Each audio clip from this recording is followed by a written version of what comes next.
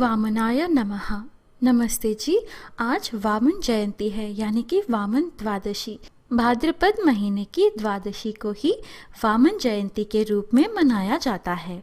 वामन भगवान विष्णु के 5वें तथा त्रेता युग के पहले अवतार थे। इनको दक्षिण भारत में उपेंद्र के नाम से भी जाना जाता है। इस दिन भगवान विष्णु जी की या वामन देव की मूर्ति की पूजा करनी चाहिए और दक्षिणावर्ती शंख में गाय के दूध को लेकर अभिषेक करना चाहिए। इस दिन चावल, दही और मिश्री का दान का बहुत महत्व है। ऐसा करने से मान्यता है कि जिनको अपना घर बनवाने का सपना है या जिनको अपना ज़मीन खरीदने का सपना है वो शीघ्र पूर्ण होता है।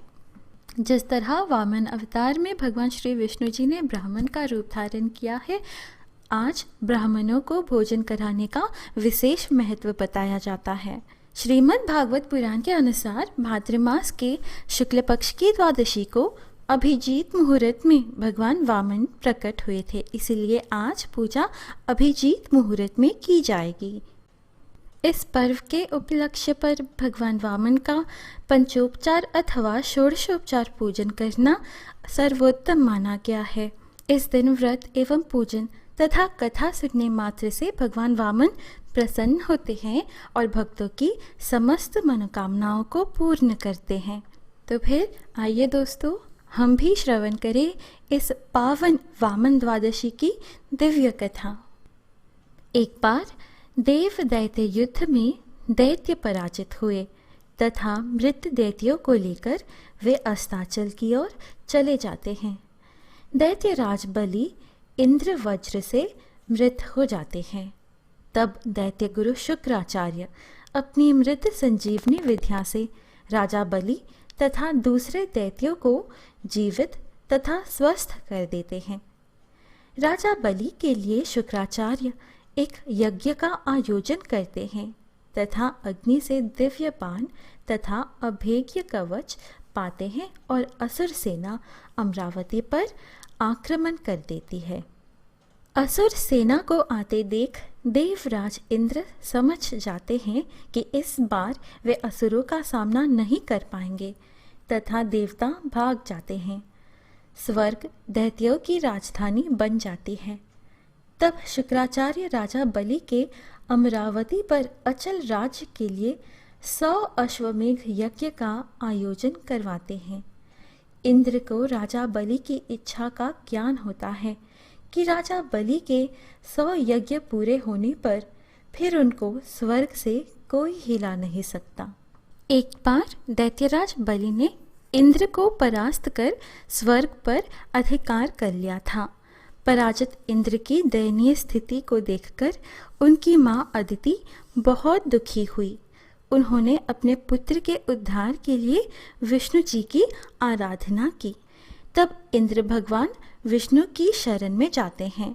भगवान विष्णु उनकी सहायता करने का आश्वासन देते हैं और भगवान विष्णु वामन रूप में माता अदिति के गर्भ से उत्पन्न होने का वचन देते हैं। भगवान श्री विष्णु जी प्रकट होकर बोले, देवी चिंता मत करो, मैं तुम्हारे पुत्र के रूप में जन्म लेकर इंद्र की उसका खोया राज्य दिलाऊंगा। दैत्यराज बलि द्वारा देवों के पराभव के बाद कश्यप जी के कहने से माता अदिति पयोव्रत का अनुष्ठान करती है, जो पुत्र प्राप्ति के लिए किया जाता है। तब भाद्रपद मास की शुक्ल पक्ष की द्वादशी के दिन अदिति के गर्भ से प्रकट हो अवतार लेते हैं तथा ब्राह्मण ब्रह्मचारी का रूप धारण करते हैं। भगवान के इस रूप को देखकर सभी देवता और ऋषि मुनि आनंदित हो उठे। वामन अवतार और बलि प्रसंग। महर्षि कश्यप ऋषियों के साथ उनका उपनयन संस्कार करते हैं। वामन बटुक को महर्षि पुलह ने यज्ञोपवीत, अगस्त्य ने मृगचर्म, मरीचि ने पलाश दंड, आंगिरस ने वस्त्र, सूर्य ने छत्र, भृगु ने खड़ाऊं, गुरुदेव जनेयु तथा कमंडल, अदिति ने कोपिन, सरस्वती ने रुद्राक्ष माला तथा कुबेर ने भिक्षा पात्र प्रदान किए। तत्पश्चात भगवान वामन पिता से आज्ञा लेकर बलि के पास जाते हैं। राजा बलि स्वर्ग पर स्थायी अधिकार जमाने के लिए नर्मदा के उत्तर तट पर अंतिम अश्वमेघ यज्ञ कर रहे थे। यह बात जानकर भगवान वामन वहां पहुंचे। उनके तेज से यज्ञशाला प्रकाशित हो उठी। बलि ने उन्हें एक उत्तम आसन पर बिठाकर उनका सत्कार किया। राजा बलि भगवान वामन को देखकर पूछते हैं कि आप कौन हैं? तब भगवान वामन जी उत्तर देते हैं कि हम ब्राह्मण हैं। फिर राजा बलि ने पूछा कि यहाँ आने से पहले आपका कहाँ वास रहा है? यह सुनकर भगवान वामन जी ने उत्तर दिया कि जो संपूर्ण ब्रह्म सृष्टि है वही हमारा निवास है। यह सुनकर राजा बलि ने सोचा कि जैसे सब लोग सृष्टि में रहते हैं वैसे ही यह ब्राह्मण भी रहता है। अनंतर राजा बलि ने पूछा कि आपका नाथ कौन है? तब भगवान वामन जी ने उत्तर दिया कि हम सबके नाथ हैं तथा हमारा कोई नाथ नहीं है। राजा बलि ने सोचा कि इसके माता पिता आदि रक्षक छोटेपन में ही नष्ट हो गए होंगे। तब राजा बलि ने प्रश्न किया कि आपके पिता कौन है? भगवान वामन जी ने उत्तर दिया कि पिता का स्मरण नहीं करते, अर्थात हमारा कोई पिता नहीं। फिर राजा बलि ने पूछा कि आप क्या चाहते हैं? इस पर भगवान वामन चुप रहे, लेकिन जब बलि उनके पीछे पड़ गए तो उन्होंने अपने कदमों के बराबर 3 पग भूमि भेंट में मांगी। बलि ने उनसे और अधिक मांगने का आग्रह किया, लेकिन भगवान वामन अपनी बात पर अड़े रहे। भगवान वामन ने कहा कि हम 3 पग भूमि को ही तीनों लोकों की भावना करते हैं, अर्थात हम 3 पग में ही त्रिलोकी नाप लेंगे। इससे राजा बलि समझते हैं कि यह ब्राह्मण 3 पग भूमि को ही तीनों लोक मानता है, तो यह बड़ा संतोषी ब्राह्मण है। राजा बलि दैत्य गुरु शुक्राचार्य के मना करने पर भी अपने वचन पर अड़ग रहे। इस पर राजा बलि ने हाथ में जल लेकर 3 पग भूमि देने का संकल्प ले लिया।